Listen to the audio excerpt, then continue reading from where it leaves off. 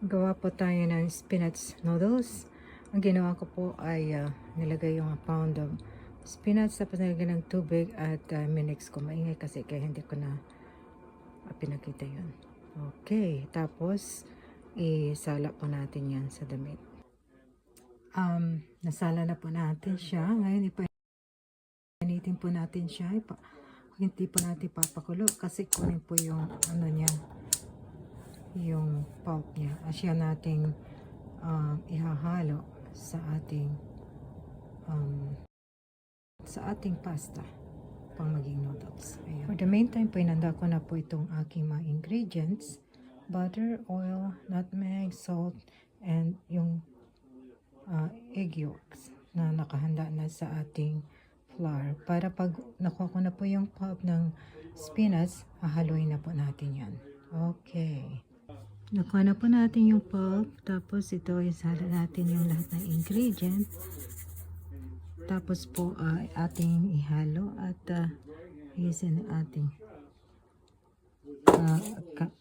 gamitin ang ating kamay, of course. Ayan. Unti-unti po natin. Ayan po, move ko na po lahat. Ayan, hintayin po natin yan. I-rest po natin siya na within half hour. Ayan po. Tignan po natin. Okay. Kita na po. Kita na po natin. Lumalabas na ang ating noodles.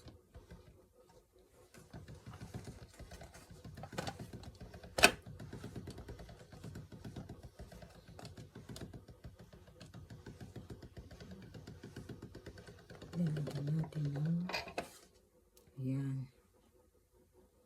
Ayan po. Thank you for watching. Ayan po, natapos na yung ating noodles. Pwede na siyang iluto. Ayan. Kailangan sa meatballs. Okay, thank you for watching. Bye-bye. Bye-bye po. God bless everyone. Ayan po, niluluto na po natin yung ating spinach noodles sa chicken soup with spinach homemade noodles. Ayan po. Ayan natin.